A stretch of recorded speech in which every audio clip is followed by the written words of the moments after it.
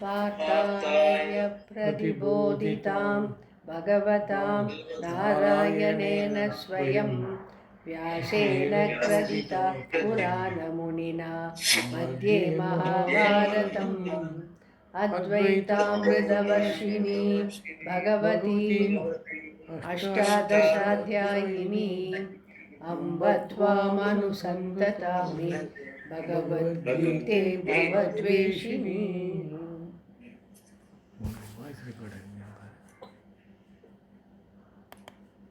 Voice recorder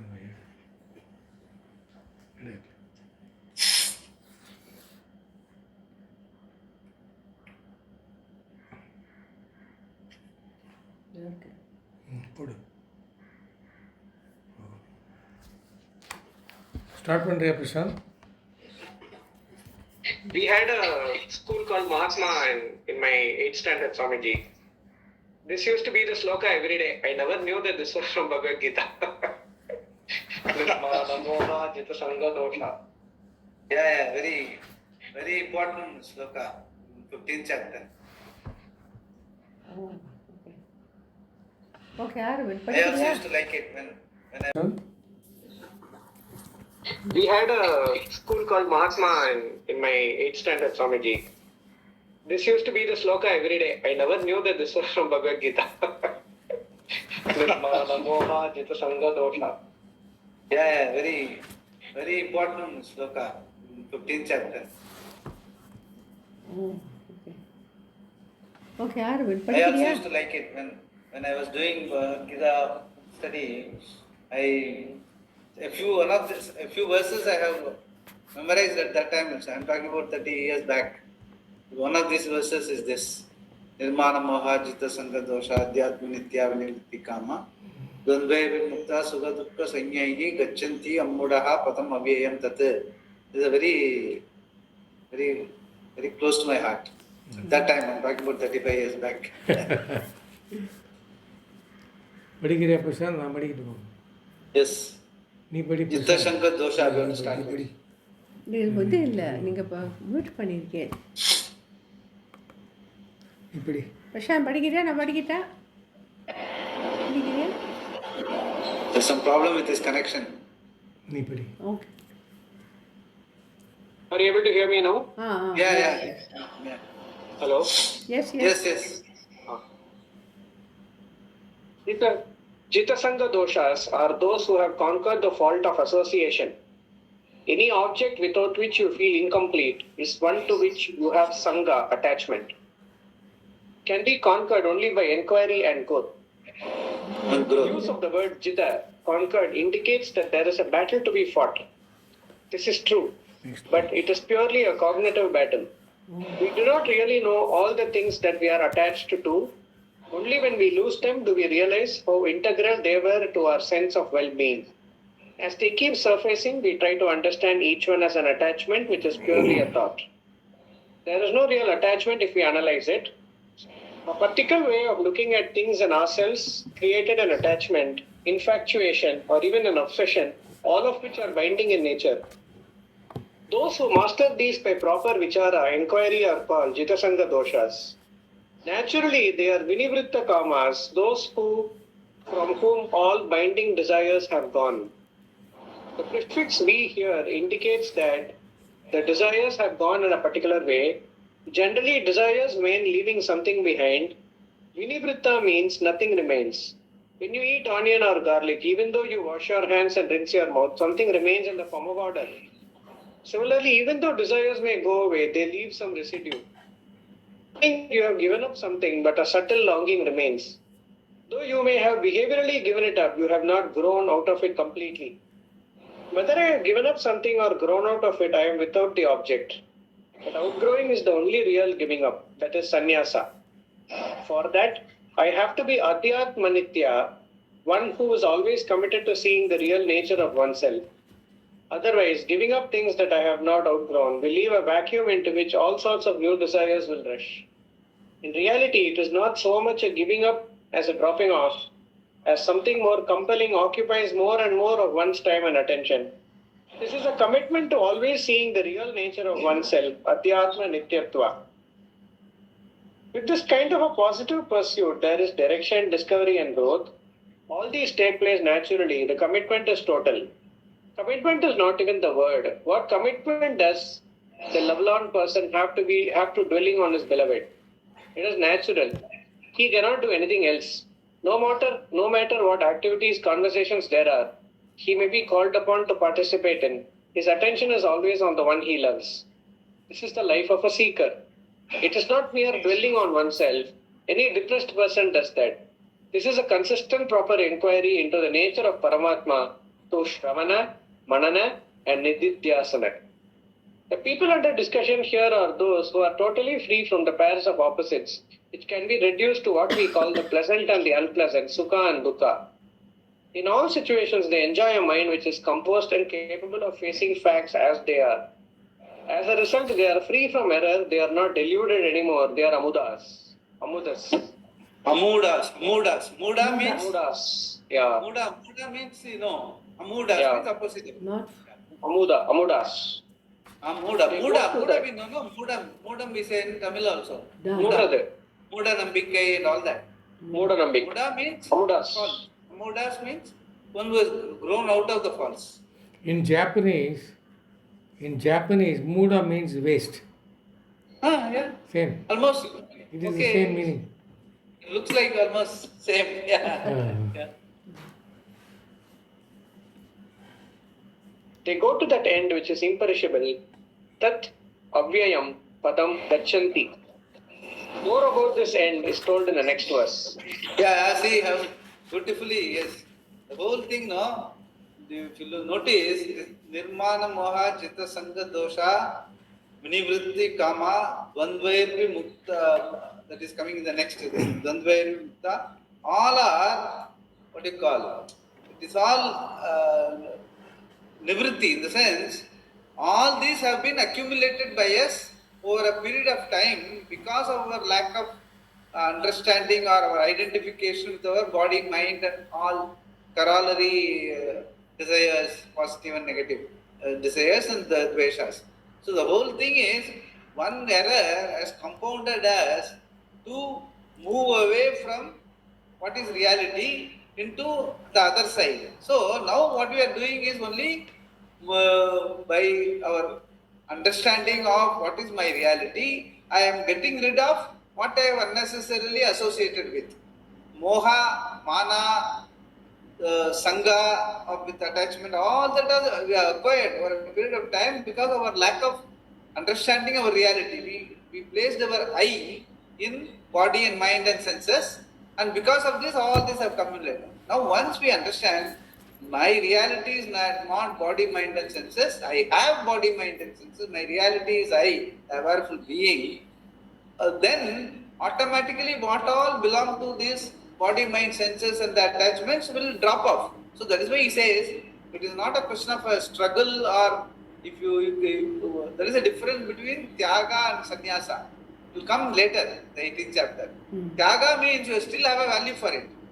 For I have told you before also. For kuppai, you don't say I have done tyaga of kuppai. See, kuppai, because once you know it's kuppai, your question of tyaga doesn't arise. Yes, yes. So likewise, all these mana, moha, sangha, dosha, all are, we have to, by one understanding that our reality is not belonging to body, mind, senses, they are all our instruments. Then all that belong to that body, mind, senses are acquired over a period of time because of wrong identification. Because of this one shift in our understanding of the reality, all this we will lose value for. Then leaving them is not a big deal. It will automatically drop off, of course, because of the sangha dosha, because of your habit, you may be still attached. Then you have to make an effort to little. Once or twice you keep doing it, then automatically they will drop off. But first and foremost, what is important is your understanding of the reality. That my reality, what is my reality? What am I? That part of it which we discussed all these 12 chapters, 13 chapters, 14 chapters, slowly that we have to keep ourselves in tune with that understanding. Then only these things will make Otherwise, everything will look like a big thing. How to live greed, how to live mana. Mana means somebody insults me. How can I accept it just like that? So all these questions will still remain. Whereas if you have that initial understanding and all this will, when you make an attempt to drop them off, they will drop off because they will not have a value for that anymore. So that is precisely what is important. So at the back of it all, this is only we are removing what was unnecessarily, which do not belong to me, I have associated with. So that is why, that is the whole, all the value structure which is being talked about. It is not really a new value to be picked up or acquired. It is purely the old values have to be dropped off, which are not the part of my reality. So that way it becomes easy to conquer. It's not a big deal. In the sense, first thing is, once you have an initial understanding, that they will not be binding. In the sense, okay, suppose you have some attachment, if it doesn't come off, you won't mind it, because basically you have understood. It is going on in your mind that anyway these are all changing things only, and my reality is changeless. Okay, I might not have fully understood it thoroughly, but I am clear. From the Gita, I have understood that my reality is changeless. The changing will anyway change. Okay, I had an attachment. This time it doesn't work out. Doesn't matter. So that doesn't matter. 2 or 3 times it happens. 4th time you won't be, even as it comes, even if you know that it's going to be removed from you, that the sense of attachment or certain relationship is going to go away from you, you will be ready for it. Initially it will take some time, but thereafter you become very ready, because you got a greater value for your reality by constantly dwelling on the reality, not on dwelling on these desires and attachments and all that. The shift in our focus of life, that makes all the difference in getting rid of all these things. The values, the amanitvam, adambitvam. There also amanitvam is nothing but nirmana moha. The same thing. Amanitvam, adambitvam is nirmana moha. So that is in a different way he has told. But essentially, the person here he says, it is already, for a person who has already understood, these are all not there. There he said, it has to be acquired for you to understand. So it's like, because we have already moved, graduated from 12th chapter to 15th chapter. Yes. So Bhagavan expects us to we are ready for it. When he says that. That is how we have to look at it. Yeah. Verse 6. The limitless abode of Ishvara, from which there is no return. Natat bhashayate suryo, na shashango na pavakaha, yadvat yasjatva na nivartante, taddama paramam mama. Yadgatva, having gone to which, na nivartante, they do not return, that, suryaha, the sun, na bhasayate, does not illumine, na shashangaha, nor does the moon, na pavakaha, nor fire, that is, mama, my, paramam, limitless, dama, abode. Neither the sun, nor moon, nor fire illumines that having gone to which they do not return. That is my limitless abode. See, this is again very important mantra for all the aratis. We do. That time, Natak Suryo Bhadina Chandra Tarakam Nema Toyam Agni Tameva Bantam Manubadi Sarvam Tasya Basa Sarvam Idam Vibhati. That is what we do in Arati in the temples also. Here at all ashrams, our shrines and all. This is also from Kathopanishad. It's also there in Kathopanishad as it is. Natatra Suryobhati as it is comes in that Kathopanishad.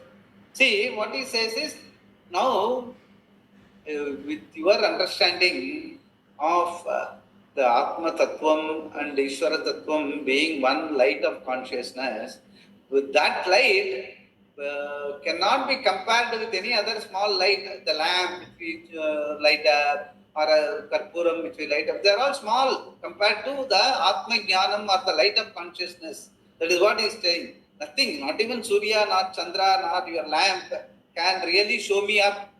Only my reality understanding will tell you, will be able to show me your reality, that Ishvara's reality, compared to all these small lights. They are all nothing compared to that light of Jnanam, Atma Jnanam. That's what it means. Let us see what he says. Yeah. 1 second.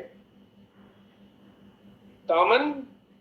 Daman, yeah, Daman is a place. And Parandama we say, no? Parandama means an abode at the feet of the Lord. Parandama. Daman is a place, an abode.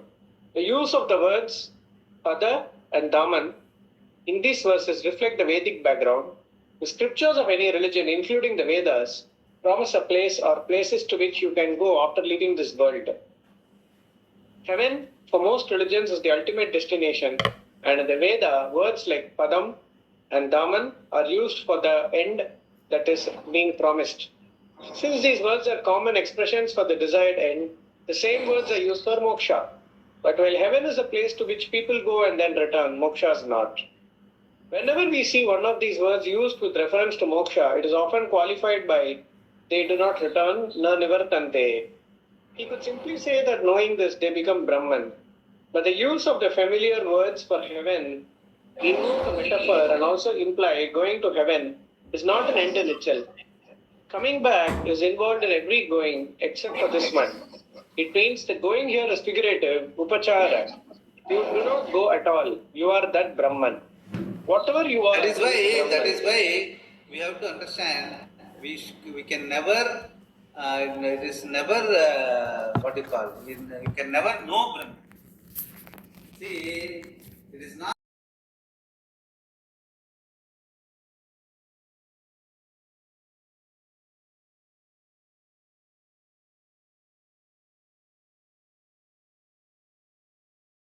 What do you call it? You can never know Brahman.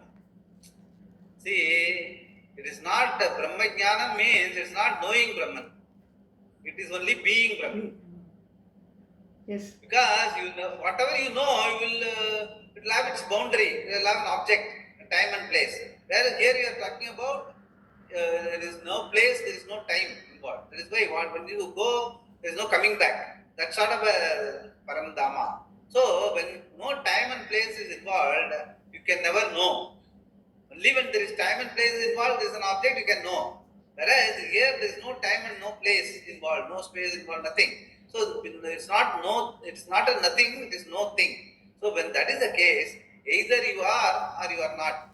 Fortunately we are. And that is why we are Brahman. That which we didn't know till now I know. It is not that we are knowing Brahman. So that is the difference. It is not knowing Brahman, it is being Brahman, which I didn't know all these years, now I know. So this, our inquiry and our search becomes so simple because the reality is already there. I didn't know it, now I know it. That's all. So that is something more edifying compared to all other knowledge, all other pieces of knowledge. Yeah. But then, but Swamiji, Dhamma, it can be misconstrued as. Yeah, that is why he has told. That is why he says every time they use Parandama and they will say Na Nivartante. Okay. So generally Parandama means heaven. People will misconstrue. But when we say Na Nivartante, it is not the usual heaven where you go and come back. But, it is, even though it is desirable, but this is something much more than that. This is something where there is no real going involved. They will say going without going. Oh, okay. Figuratively they will say going without going, coming without coming and all that. Because you have to use the known words. At the same time convey the meaning. So what you do, use the known words and remove our relative meaning. Then the absolute automatically gets understood. That is how it is. The whole teaching is like that. What you are, Brahman, that Brahman is this abode, Dhamma, a place which neither the sun, nor moon, nor fire can illumine. Natat bhashayate suryaha na shashankona pavakaha. Is it then so dark that nothing can illumine it? No. All other light is eclipsed there because it is of the nature of light. And it is limitless, Parama. That limitless consciousness, which is Bhagavan, illumines the sun, moon, fire and everything else. What can possibly illumine it?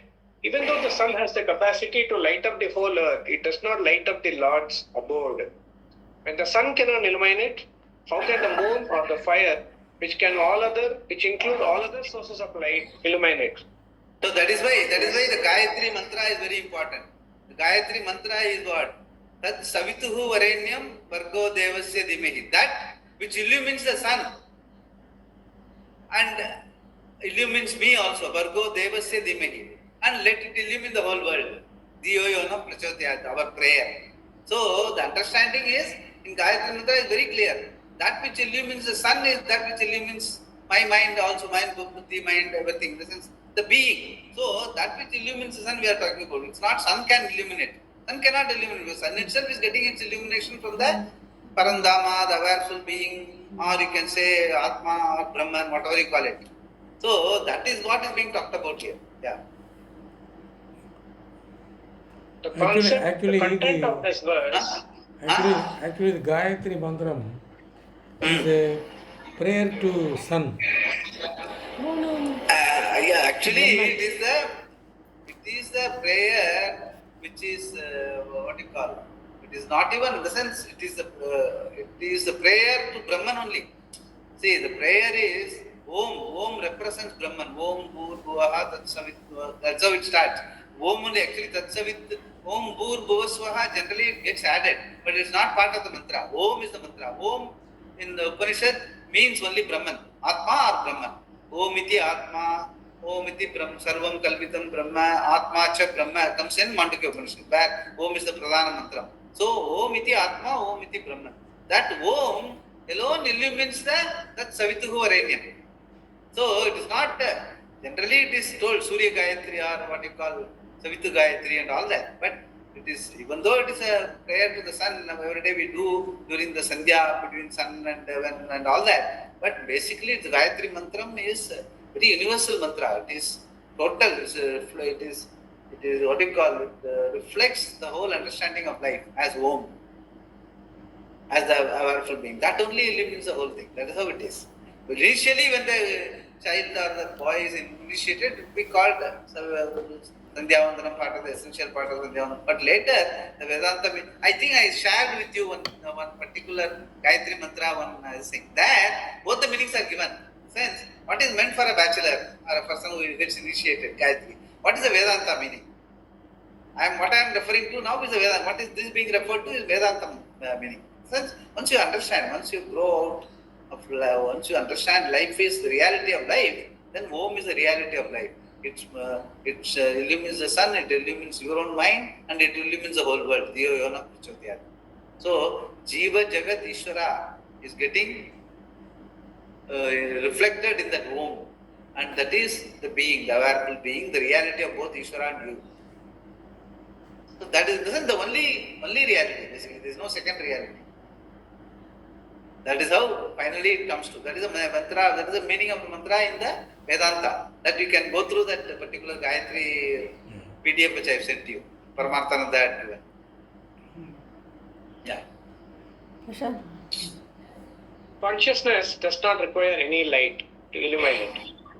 In fact, it illumines all other lights, even though one light cannot normally illumine another. Every other form of light comes to light because of this consciousness. Even the mind and senses are not required for this.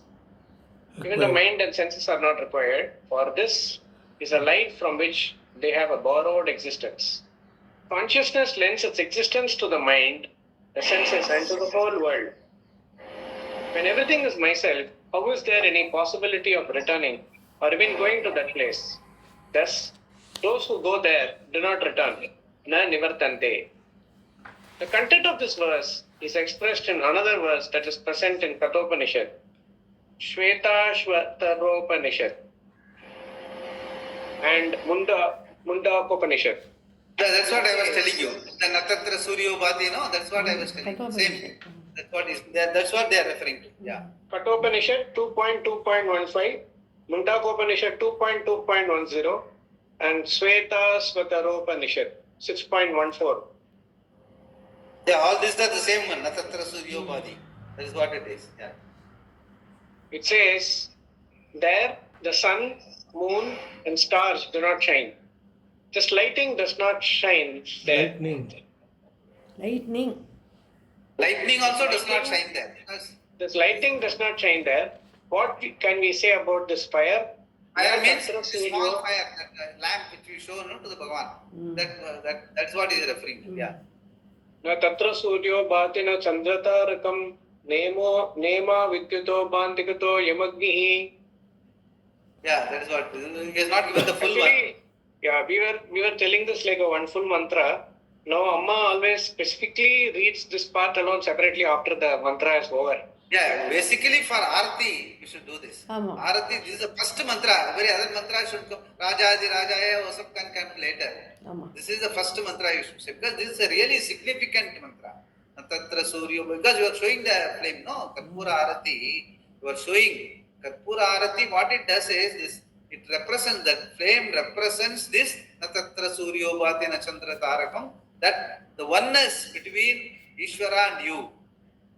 That is why at the end of the Karpura Arati, the Karpura also vanishes. Like even your vritti also will vanish. Once this understanding there, the thought that I am Brahman, even the thought will go away. The oneness alone will remain. So that is the significance of using Karpura Arati. The flame oneness between Vishwara and you alone remain. Everything else, all the glories, all the Abhishekam, all the Alankara, all the Naivedyam, everything is given. The giver is on the other side.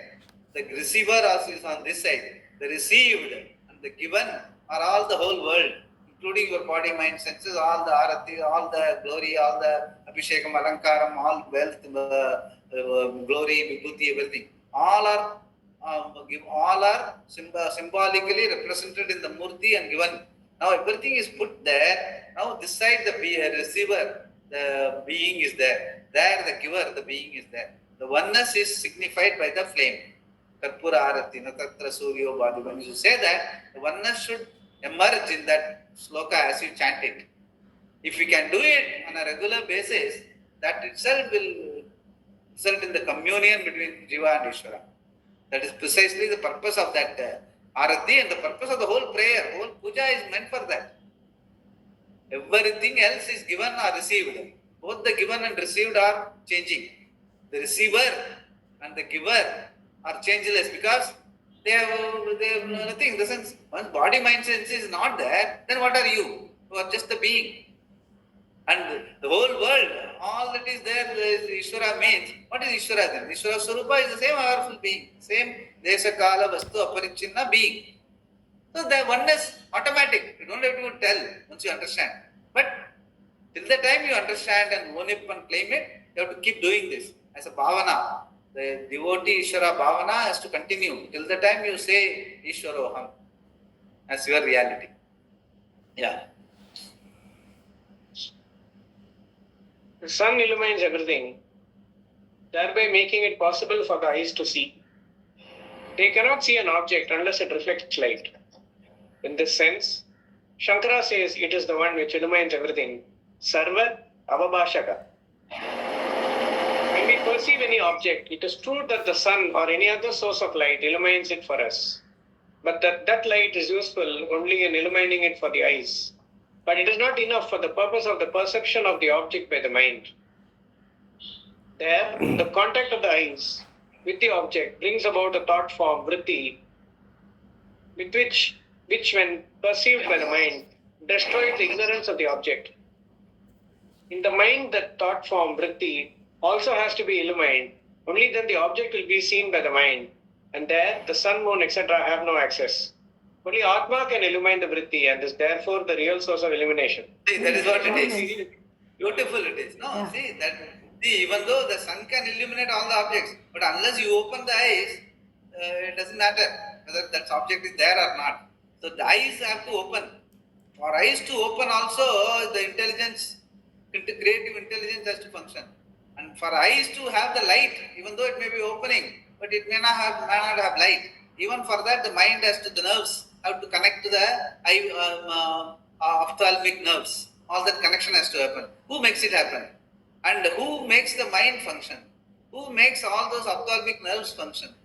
So all that have to happen in unison. Then only the light can be there in the eyes.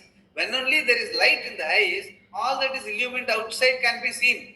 So the whole thing depends on the light of awareness, the awareful being as Atma. Then only the whole world comes into existence as far as you are concerned. That is true for everyone, every animal, every jantu.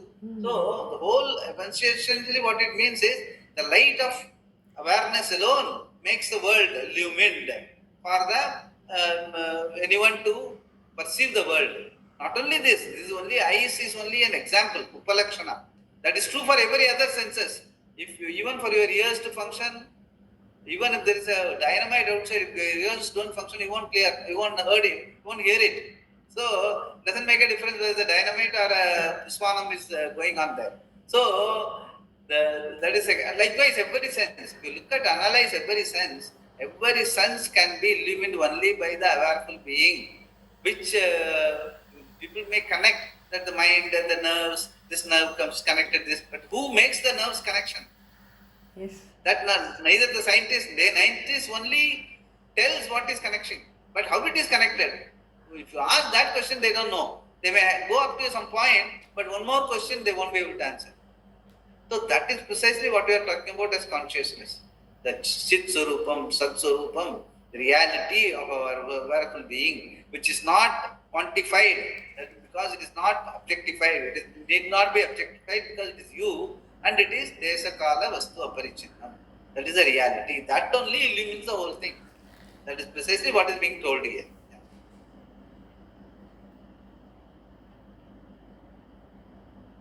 By what can this Atma be illumined? When the sun does not illumine even the Vritti, how is it going to illumine Atma, the one who illumines the Vritti? Atma is self-effulgent. It is the light because of which even the sun is known.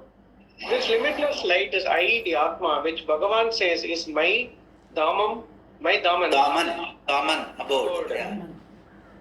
Going there, meaning recognizing that as themselves people do not return, na nivartante. They have no more ignorance about Atma. So this is what is most important. It is not that you are knowing Atma, you are knowing Brahman. It is already there. Now your ignorance is gone, that's all. So what Ajñātasya Nyāpakam is Shastram. So what is Nyāpakam? Is not creating any new knowledge. Whatever you didn't know, Ajñātasya Nyāpakam makes it known. That's all. You didn't know that you are Atma, now you know that you are Atma, that's all. But nothing has been produced, nothing has been removed. So Shastra is neither it is Pravartakam nor Nivartakam. It is Ajñātasya Nyāpakam. Bodharupam. Just it is in the what you call it is the form of Bodha. Bodha Swarupam. It is not a question of knowing something. It is your Swarupam that you didn't know till now. Now you know. That's it. That is how it is. Yeah.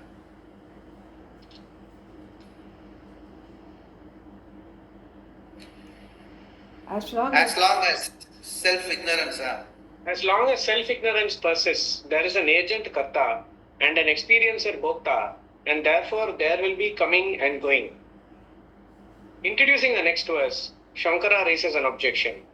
It is well known that every condition has an arrival and an end. The Shastra itself says the things that are joined are separated in the end. Samyoga, Viprayoga, Yogantaha. Read the footnotes. Vivekshayanta, Nichaya, Patanantaha, Samuchayaha, Samyoga, Viprayoganta, Maranantascha Jeevitam. Valmiki Ramayanam, Ayodhya Kandaha, 105-16. Yeah. So anything that is come together will always fall apart. That is the meaning. In sense, anything put together will always fall apart. So anything samyoga will undergo dissipation. So if it is question of arrival, this Atma has arrived, then it will go also. That is why I am telling you, neither there is no arrival nor departure. It is already there. You didn't know, now you know. That's what it is. Yeah. Marriage will necessarily end when one partner passes away, and even the subtle body will eventually dissociate from the physical body. Anything put together will fall apart. It also applies to movement from one place to another. If you leave this place and go to another by the same logic, you will leave that place and go to yet another. Since any going implies leaving, how can you say that those that go to the abode of Bhagavan do not come back? Na nivartante. He is asking, Shankara himself is asking that question. How you say na nivartante?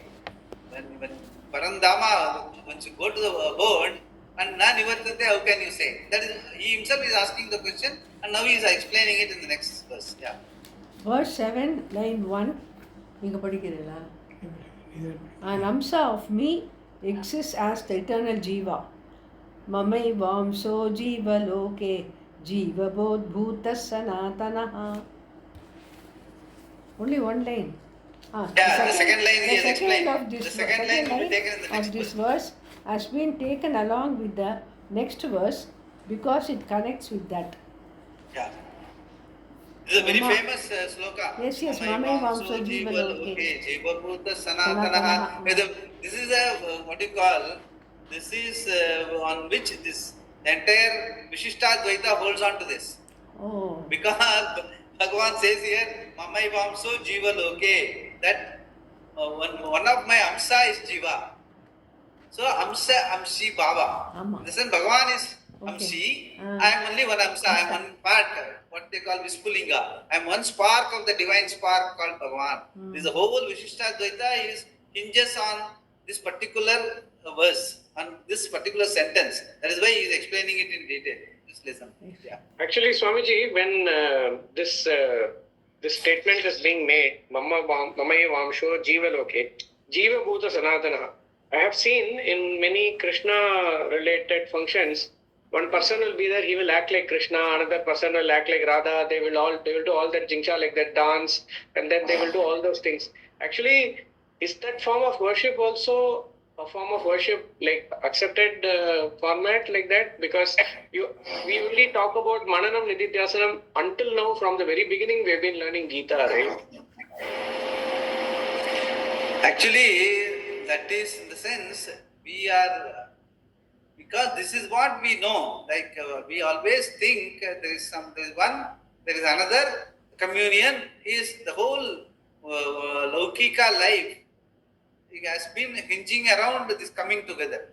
So the Radha, Krishna, all those coming together, the sense we are depicting Ishvara to the level of our understanding.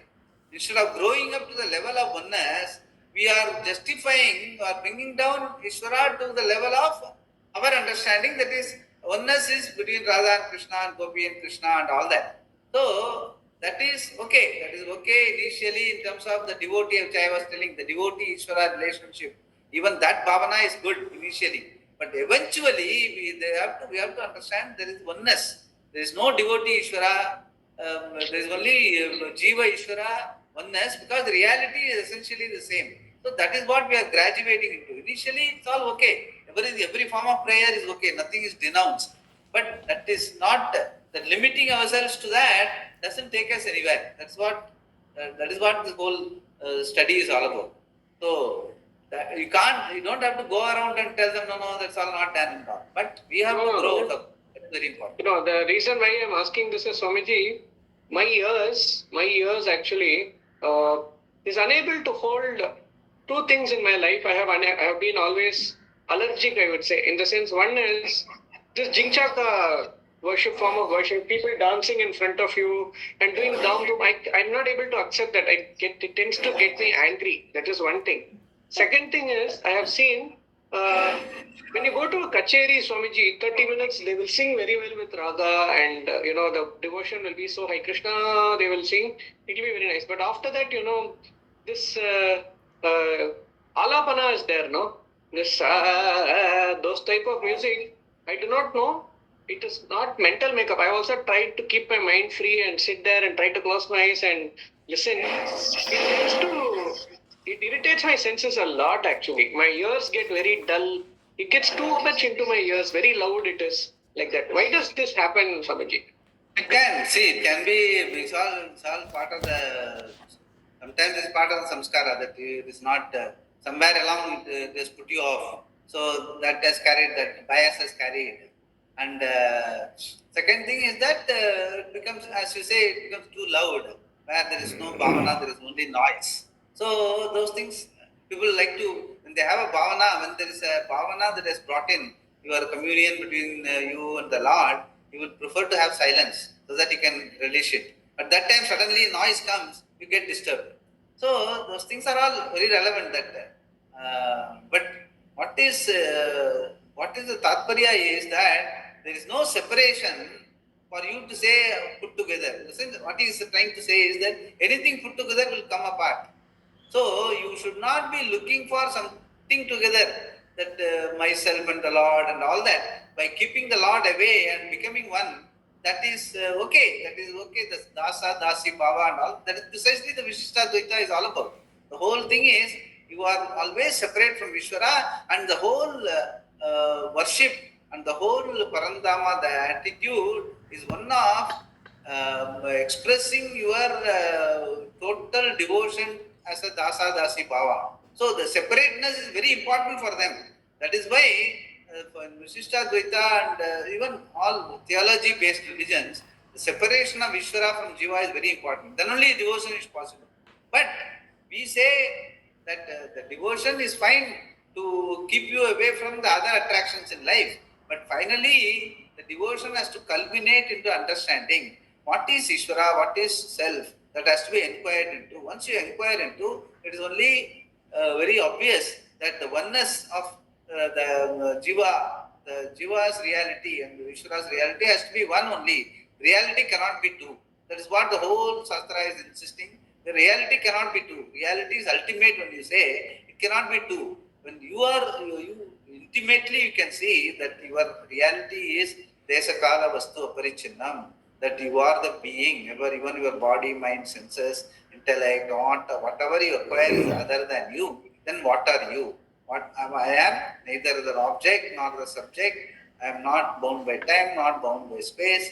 I am just the being, I am not an object. Then that being is limitless in all its respects. And Ishvara cannot be other than, because there can be two limitlessness, it's not possible.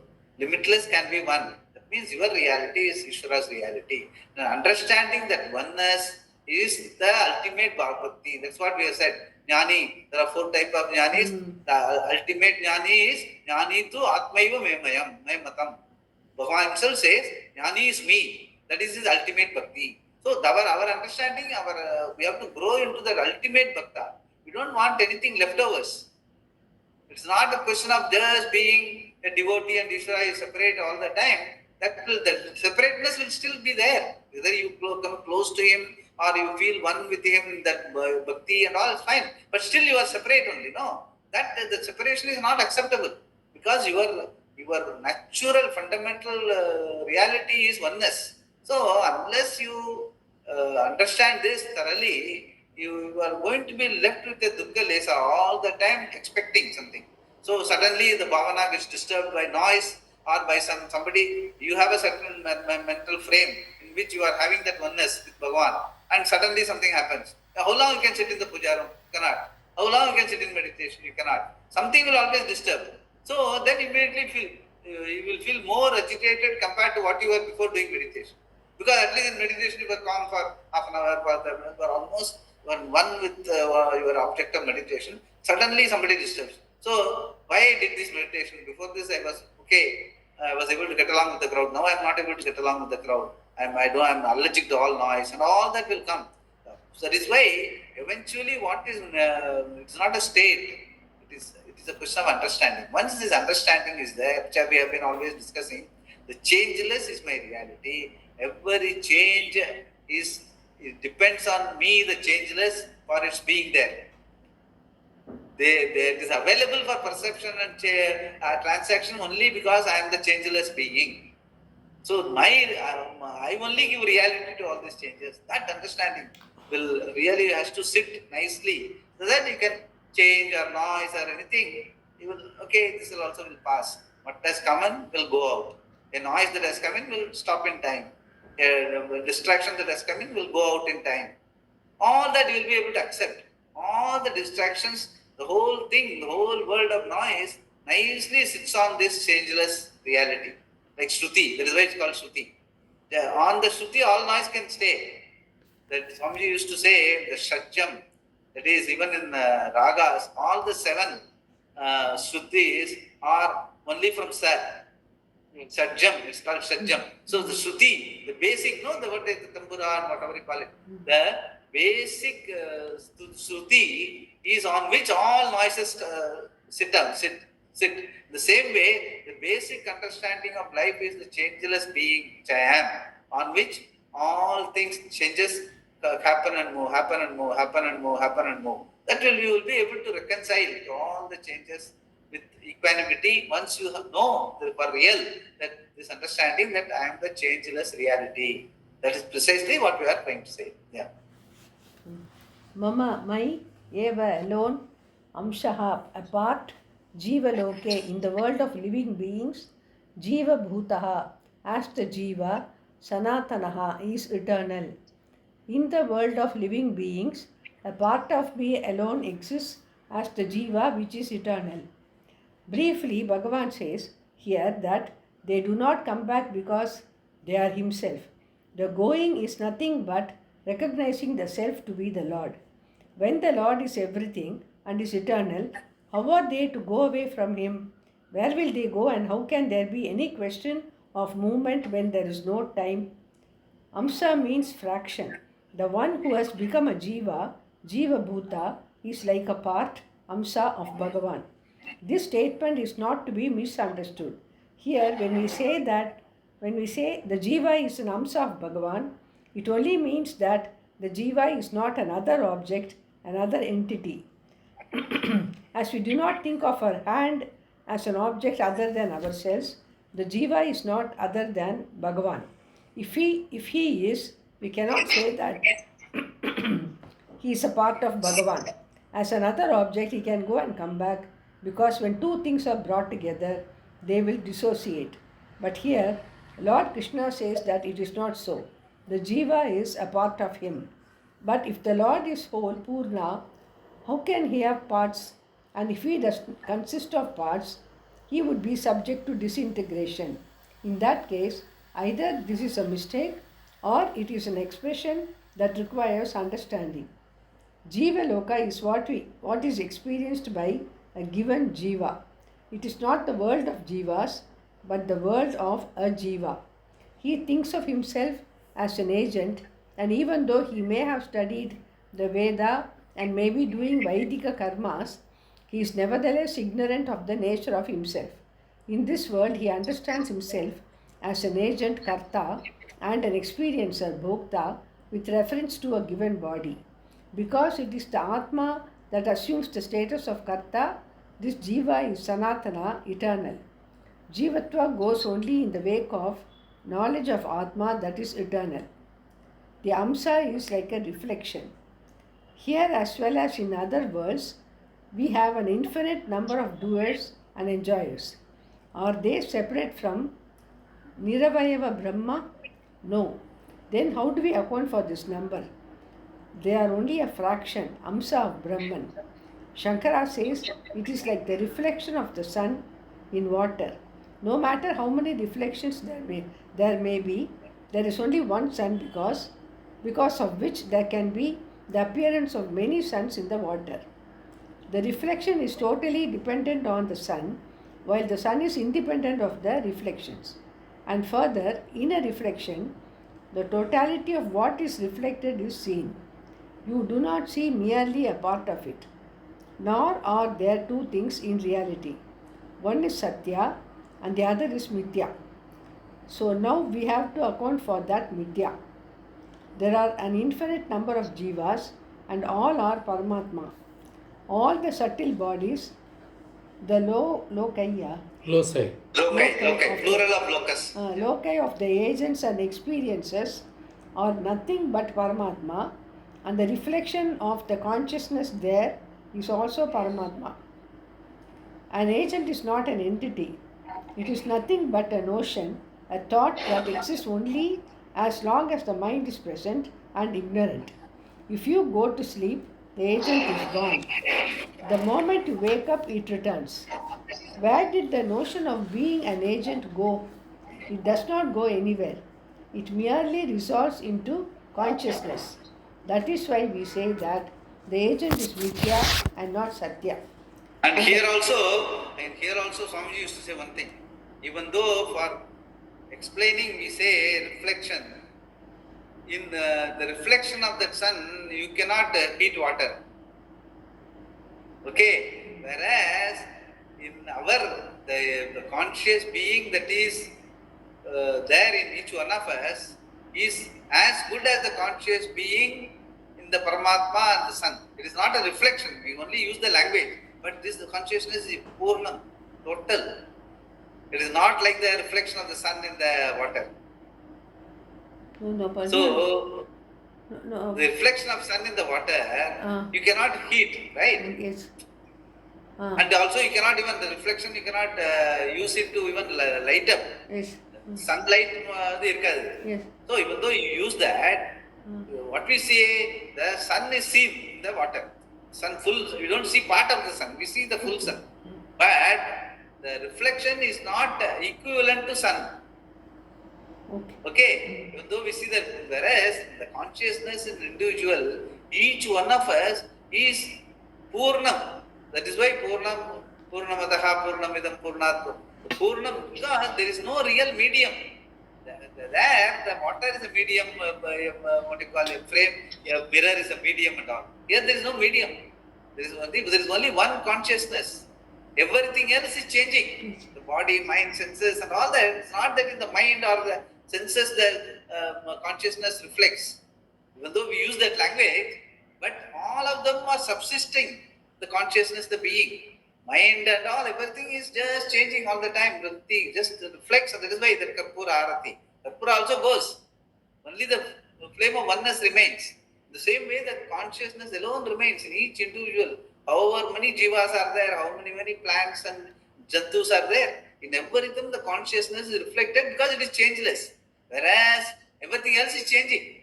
They are all only upaya for us to understand how the beauty or the glory of the manifestation of consciousness, the being is. When we only understand the glory of the being, the awareful being, by seeing the world. The world is only a tatastha lakshanam. In the sense, by seeing the glory, because the consciousness being nirgunam, niratmakam, it does not have a timeless, spaceless, it is not even an object. How are you going to see it? You cannot see its glory. The only way you can see its glory is by seeing the glories of the world. Somebody's.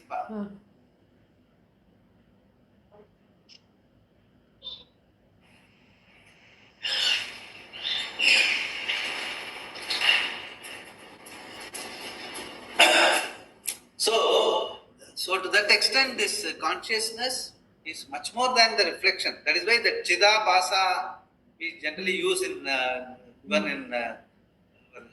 in Shastra. But Chidabhasa is actually, it is Chidakasa. Swami, once you understand, it is Chit, Chit Swarupa only, Chit Akasa only, it's not Abhasa. Even though we say, because so many individuals are there, in each one of us there is conscious being, we are all. So in order to say that it is as though you are, that conscious being is restricted to an individual. One Kumar, one Gayatri, one Ramesvara, one like that. It is not so. Even though for transaction purpose it is there, the consciousness is full in each one of us. Purnam Brahma. So that is why it is excels. Even though we are using this reflection, but it is consciousness. There is no amsa, no reflection also. Just pure consciousness in each one of us. That is why we are able to say Ishvaro. That is how it is, yeah. Actually, Amma used to put one Hindi song before. Chidananda Rupaha. Yeah. That is there. It's not Hindi, it's Brahmagyanavali, Sanskritam, Bhagavad Pada. Sadguru. It is. Brahmagyanavali, Bhagavad Pada. What do you call? We have got the Nirvana Shatkam book is there. We can buy that book. Last year we released it. That is new, sorry. That song is there fully. Nirvana Shatkam. Buy that book. It's a very good book. She used to sing in different tones, like last one used to be Chidananda Rupa Shivoham Shivoham. You read that book. Swamiji used to what raga used to call, when Mukesh Bhai has sung that class where Swamiji has taken these 12 classes of Nirvana Shatkam. He used to tell one particular raga, I forgot. He used to tell that this what you said, no, the raga, the same raga, some very nice, very melodious raga. But the book is very meaningful book. It is very complete Nididhyasana Paravakyas. Nirvana Shatkam. Nirvana Shatkam. Nirvana Shatkam. Shatkam. Nirvana Shatkam. Yeah. Note it down. And buy it is available in the bookstall. Yeah. Ramana Tirtha Swami has given a full discourse on this. Nirvana Shatkam. Nirvana Shatkam, It is yeah. available in YouTube. So, you can listen to that. You can listen to him with this book in hand. Just see how it goes. Beautiful. It's purely Nidhyasana Paravakyas. Those times I used to think why like Gayatri Mantra she's repeating the same thing in different tunes. Now only I understand after so many years why Amma used to put that in the morning for stick. Yeah. That is why we say that the agent is mithya and not satya, and the consciousness into which it resolves is satya. When the pot is destroyed, it does not walk away from the clay. Where can it go? Similarly, the agent, whether in sleep or on the removal of ignorance, does not go anywhere. It just resolves into the Atma. Atma is never opposed to the agent, but is the very substratum of the agent. Therefore, the Jiva exists for eternity, given Satta, existence, and Spurti, manifestation, by Atma. Because there are so many agents and only one Paramatma, they are each looked upon as a part, as it were. When even the notion of being an agent is illumined by Atma, how can Atma possibly be the agent? Further, the sense of agency comes and goes. If it is the nature of the self, it cannot be given up. There is no agency at all in the Atma. In the wake of this knowledge, Kartrutva, the sense of agency, and all the experiences of the samsari become one with the Atma. There is no return. Yeah, that's beautiful. We'll stop here. So, I think we will explain this further in terms of how it is different. It is not, I hope he talks about Vishishtadvaita at least somewhat, may not, but it is very important for us to understand that it is not Vishishtadvaita, Amsa Vishikam. Purnamada Purnamidam Purnat Purnamudachyate Purnasya Purnamadaya Purnamevavasishyate Om Shanti Shanti Shanti Harihi Om Shri Gurubhyo Namaha Harihi Om.